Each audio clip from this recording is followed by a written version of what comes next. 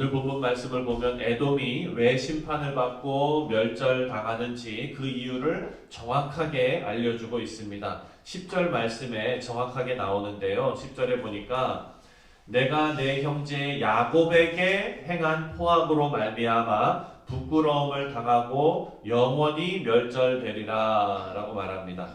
에돔이 이 형제 나라인 유다에게 행한 일에 대해서 고발을 하는 겁니다. 예루살렘이 바벨론에 의해서 공격당할 때 에돔이 한 일을 11절에 기록하고 있습니다. 에돔이 먼저 방관했다는 거예요. 11절을 한번 보겠습니다. 11절 다 같이 시작. 내가 멀리 섰던 날 곧 이방인이 그의 재물을 빼앗아가며 외국인이 그의 성문에 들어가서 예루살렘을 얻기 위하여 제비 뽑던 날에 너도 그들 중 한 사람 같았느니라. 아멘. 우리는 방관하는 것을 가볍게 생각합니다. 하지만 성경은 그렇게 보지 않습니다. 여러분 요즘은 어떻습니까? 요즘은 남의 일에 괜히 엮여서 어려움 겪는 것을 싫어합니다. 그리고 사실 그런 일을 누구도 좋아하는 사람들이 없지요. 하지만 여러분 형제의 경우는 다릅니다. 그렇죠? 우리 교우의 경우는 다릅니다. 길거리에 가다가 우리 교우가 정말 어려움을 겪고 있는 것을 발견했을 때 내가 저기 그냥 엮이지 말아야지 하고 그냥 슬쩍 피하시는 분이 계십니까? 그런 분 없으시기를 바랍니다. 없을 거예요.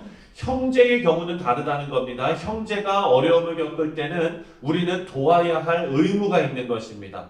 오바댜 선지자가 에돔을 비난하는 이유는 유다가 바벨론에 침략당할 때 에돔은 유다를 돕기는커녕 방관했다는 거예요. 그리고 방관을 넘어서 무너진 유다, 예루살렘으로 들어가는 바벨론 사람들의 틈에 이 에돔 사람들이 같이 끼어서 들어갔다는 거예요. 여러분 바벨론은 그 당시 어마어마한 군사력의 나라 아닙니까? 그래서 그 바벨론이 침략하는 데 있어서 무서워서 에돔이 무서워서 마음은 안타깝지만 개입하지 못하고 있었다면 이렇게까지는 안 했을 거예요. 그런데 이 에돔이 어떻게 했습니까? 그 어려운 틈을 틈타서 같이 예루살렘에 들어갔어요. 예루살렘에 들어간 이유는 약탈하기 위해서입니다. 형제인 에돔은 유다의 원수가 되어서 유다를 짓밟았다. 그것입니다. 두 번째로 12절을 함께 읽겠습니다. 12절 시작.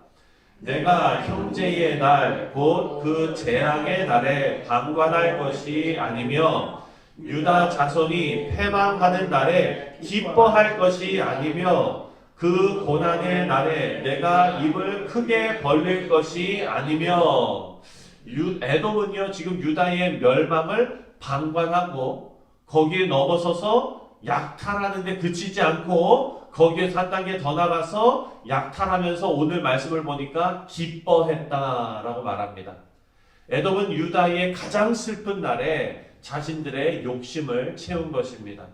우리 사랑하는 성도님들, 사람이 살아가면서 함께 기뻐하고 함께 슬퍼하고 함께 웃어주고 함께 눈물 흘릴 수 있다는 것이 얼마나 귀한 일인지 모릅니다.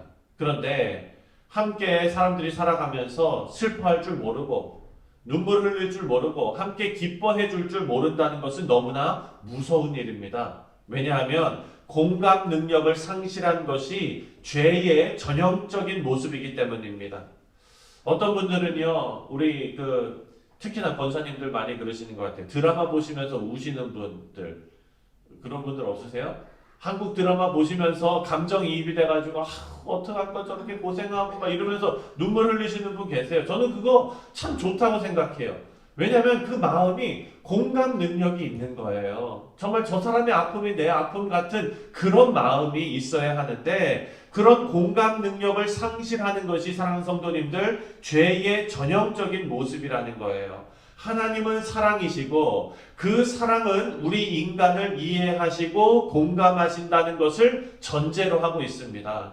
우리가 자기 자신에만 초점을 맞추고 살면 다른 사람을 공감하지 못합니다. 그런 삶이 계속되면 사람은 잔인해질 수밖에 없습니다. 에돔이 그렇게 유다의 가장 슬픈 날에 자기의 욕심을 채울 수 있었던 것은 공감 능력을 상실했기 때문입니다. 에돔은 자기 자신만을 생각하며 살았습니다. 그리고 잔인하게 형제의 가장 연약한 순간에 뒤에서 칼을 들이대는 일을 한 것입니다. 오바댜는 계속해서 에돔을 고발합니다. 14절입니다. 14절 시작. 내 거리에 서서 그 도망하는 자를 막지 않을 것이며 고난의 날에 그 남은 자의 원수에게 넘어지지 않을 것이니라. 자, 형제인 예루살렘을 약탈하는 것으로는 만족하지 못합니다. 더 잔인한 짓을 했는데요. 말씀을 보니까 내 거리에 서서 그 도망하는 자를 막지 않을 것이며, 도망하는 자는 누구입니까? 예루살렘에 사는 유다 백성들이죠. 누구를 피해서 도망합니까? 바벨론 피해서 도망하고 있는 거예요. 그러니까 우리가 6.25 전쟁 났을 때, 한국 전쟁 났을 때 피난길 막 가는 그런 길이라고 생각하시면 돼요. 그런데 그 피난을 떠나거나 혹은 숨어 있는 유다 백성들을 누가 찾아냈냐면 에돔 사람들이 찾아냈다는 거예요. 자기 형제들이. 그리고 바벨론에 넘기고 혹은 노예상들에게 팔아 넘기는 일을 했다는 겁니다. 에돔이 오히려 다른 민족보다 더 잔인하게 일을 했다는 겁니다. 우리 사랑하는 성도님들, 하나님의 백성은요, 그리고 교회는 공감 능력을 회복해야 합니다. 세상을 죽어 마땅한 존재로만 바라보고 나만 깨끗하면 된다는 마음은 하나님께서 원하는 마음이 아닙니다. 우리가 이웃에게 어떤 존재로 비춰질지 오늘 말씀을 통해서 우리 교회와 그리고 우리 자신이 다시 한번 성찰하는 계기가 되시기를 주님의 이름으로 축원드립니다. 15절부터 21절까지는요. 하나님의 심판과 회복을 예언하고 있습니다. 하나님께서 열방을 심판하시고 또 야곱의 집에 구원이 임하게 하신다라는 말씀이 기록되어 있습니다. 그리고 이 말씀이 이스라엘이 회복되는 날을 예언하고 있어요. 이스라엘이 회복되는 날. 그것이 오바댜 선지자는 여호와의 날이라고 표현하고 있습니다. 여호와의 날은요, 단순히 이스라엘에게, 에돔에게만 임하는 날이 아닙니다. 여호와의 날은 온 세상에 임하는 날입니다. 그리고 그날에는 모든 나라가 심은 대로 거두는 그런 날입니다. 그리고 그날이 오면 시온이 하나님의 백성들 중에 남은 자들의 안식처가 된다라고 말씀하고 있습니다. 17절 함께 읽겠습니다. 시작. 오직 시온 산에서 피할 자가 있으리니 그 산이 거룩할 것이요 야곱 족속은 자기 기업을 누릴 것이며, 불순종으로 잃어버렸던 땅을 하나님의 은혜로 다시 회복하게 된다라는 의미죠. 자, 사랑하는 성도님들, 오바댜서의 메시지는요, 하나님께서 어떤 분이신지를 우리에게 알려주고 있습니다. 하나님께서는 이스라엘의 하나님만 되시는 분이 아니라 온 우주의 하나님이십니다. 그리고 주권자이시고 통치자이시고 마지막 때에 하나님의 나라에 속한 자들과 그리고 속하지 않은 자들을 가려서 심판하실 것입니다. 이 날이 바로 오늘 말씀에 나오는 여호와의 날입니다. 그래서 이 말씀에서 우리가 가져야 할 마음 자세는요, 우리가 하나님의 백성으로, 내가 하나님의 자녀로서 자부심을 갖는 것입니다. 오바댜서를 지탱하는 신학적인 기초가 있어요. 이 짧은 책이지만 이 가운데 신학적인 기초를 가지고 지금 이 말씀이 쓰여지고 있습니다. 그것이 바로 뭐냐? 바로 하나님께서 아브라함에게 하신 언약의 말씀입니다. 창세기에 보면 하나님께서 아브라함에게 언약을 맺으시죠. 창세기 12장 3절을 보면 너를 축복하는 자에게는 내가 복을 내리고 너를 저주하는 자에게는 내가 저주하리니 땅의 모든 족속이 너로 말미암아 복을 얻을 것이라 하신 것이라. 아멘. 아멘. 이 말씀은요, 영적 아브라함의 후손인 우리 교회에 하나님께서 하신 말씀인 줄 믿으시기 바랍니다.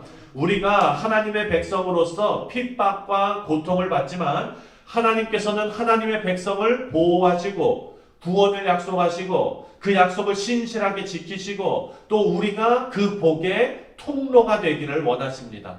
그리고 주님 다시 오실 때까지 하나님의 모든 약속들이 완전하게 성취될 것을 우리에게 약속하고 있습니다.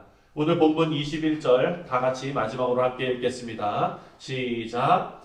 구원받은 자들이 시온산에 올라와서 에서의 산을 심판하리니 나라가 여호와께 속하리라. 아멘.